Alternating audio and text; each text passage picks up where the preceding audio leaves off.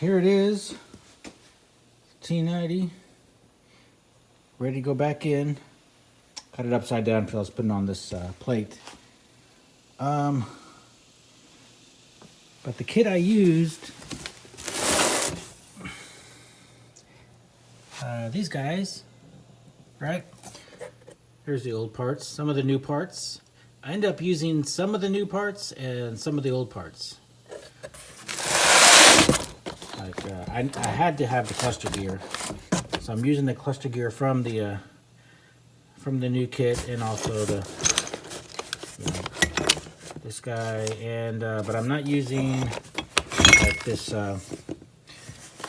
spacer section right here, because this guy fits in a lot better. Well, it's kind of out right now because I have it kind of turned over, and some other odds and ends, shims and whatnot. Let me turn it over. All right, here we go. It's all put together. Everything went in pretty well. You know, I watched, I forget what that guy's name on the internet who rebuilds these step by step. There's like a 5-part, 6-part series. That helped a lot. So nothing really out of the ordinary that went on whenever I installed it. Everything went in pretty good. Well, I used all the gears. All the gears I used, the new, and then I used all the new synchros, and I used the old shims. I used the old little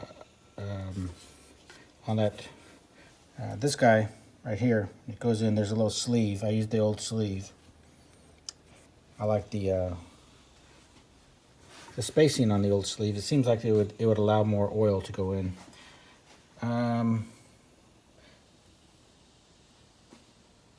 I used the old this guy, which this is the one that was provided in the kit, but this one had a just fit, you know, real nice and snug.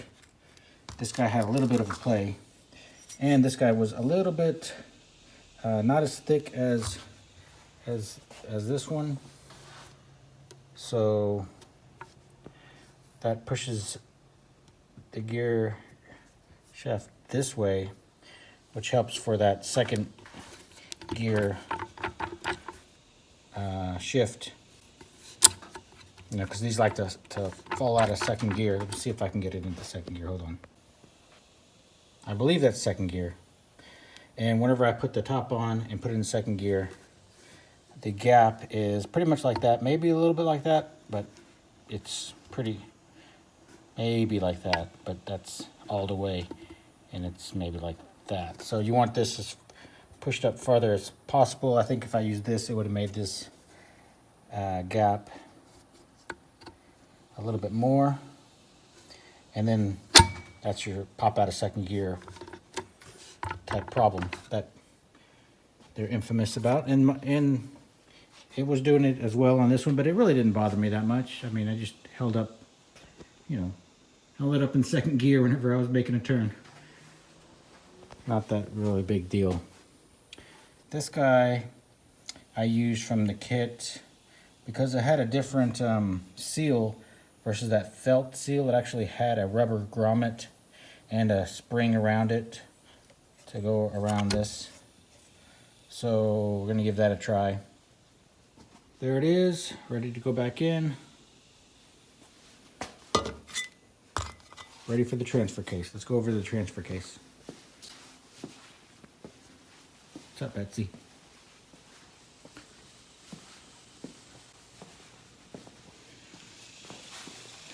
Didn't do really anything to the transfer case, and I'm not going to. But the kit did not come with this gasket, so I just ordered it online. And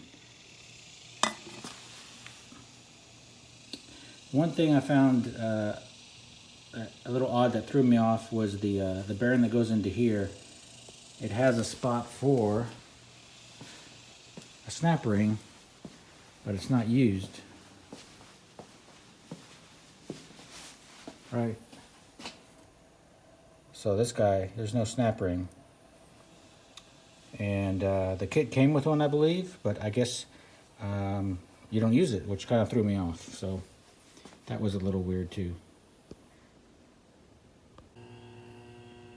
Okay, working on the Jeep, getting transmission back in and trying to get the clutch fork back together, which was the biggest problem that we had. And so what we did is we first put it all together, and I could not get the clutch fork in, and from the top or the bottom, so we had to back it out from the transmission about that much. And then we also had to turn the clutch so that let me get some light in here, hold on one sec, so that that little area right here gives you some room so you can maneuver the clutch fork. Have a string tied to the end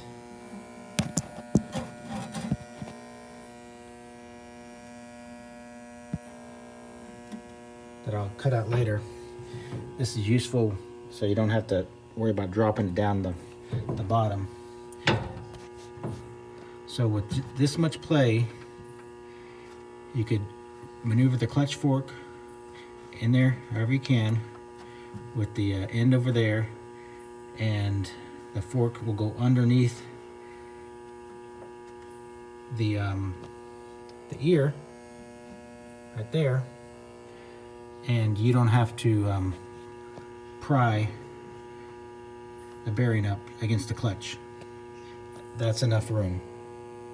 So when you're installing, if you can leave yourself that much room, that'll help. And the trick was to get it over the pivot ball. Getting it behind the ear wasn't that tough, but getting it over that pivot ball, I needed this much play. So let me show you how it looks from underneath.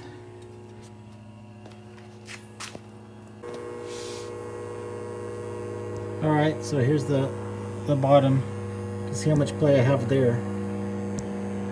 And you can see, hold on.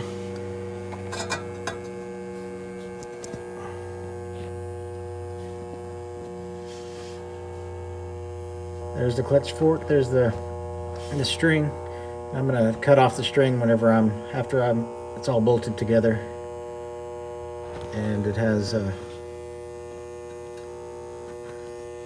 room to pivot. So yeah, that's how much room I needed to do that. So, and it's still on the rails, so our bushings are kind of shot, so it gives us a little bit of play. So maybe that was a good thing I left it. Haven't done the bushings.